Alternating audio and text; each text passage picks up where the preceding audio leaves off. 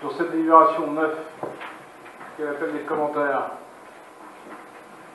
Alors, Monsieur Gauthier-Boucher, vous avez la parole. Oui, Monsieur le Président, mes chers collègues, nous retrouvons chaque année ce type de délibération concernant les différents fonds structurels, que ce soit le FEDER ou le FSE, des fonds par lesquels l'Union soutient notre économie et appuie l'intégration européenne.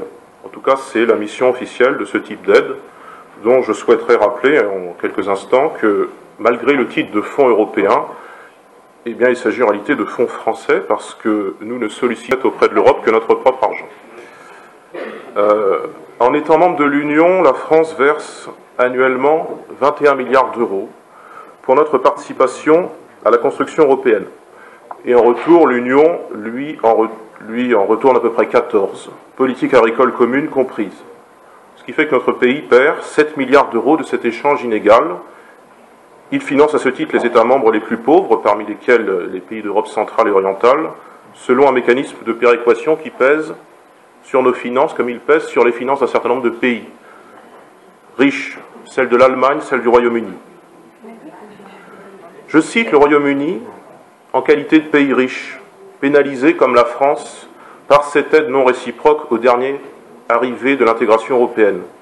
Et il me semble difficile de voter ou de débattre, j'espère qu'il y aura un minimum de débat, de ce qu'apportent les fonds européens à notre intercommunalité sans évoquer un instant l'actualité récente, immédiate de l'Union européenne.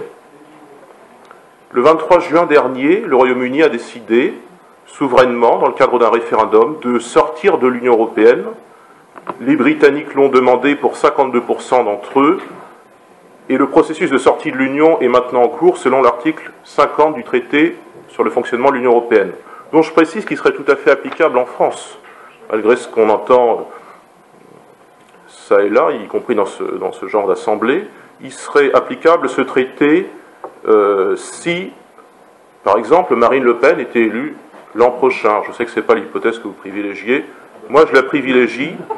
Et si elle était élue, eh bien, à condition, bien sûr, que les Français le sollicitent, nous sortirions de l'Union européenne par référendum. Car nous vous le rappelons, un élargissement de la pratique du référendum en France est un peu le code génétique du Front National depuis sa formation. Et l'exemple des Britanniques doit donc éclairer les Français sur leur propre potentiel de souveraineté s'ils le décident. Et cela, bien sûr, Monsieur le Président, votre Président, Monsieur Hollande, ne veut pas d'une telle consultation du peuple. Il le réaffirmait encore le 25 juin au surlendemain du vote britannique, mais les Français peuvent passer outre en votant pour la seule candidate qui leur garantit à l'avance l'application d'un référendum sur la sortie de la France de l'Union européenne.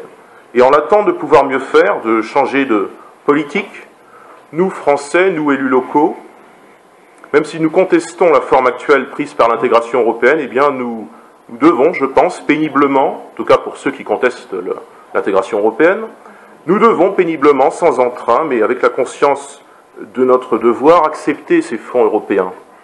Parce qu'il s'agit, comme je le rappelais l'an dernier, puisque l'an dernier on avait évoqué cette question en séance du 30 juin, il s'agit finalement de quémander un argent appartenant en réalité à la France, à ses bâtisseurs, à ses travailleurs, en fait l'argent de nos contribuables tout simplement. Monsieur le Président, mes chers collègues, je vous remercie pour votre attention. Merci, monsieur.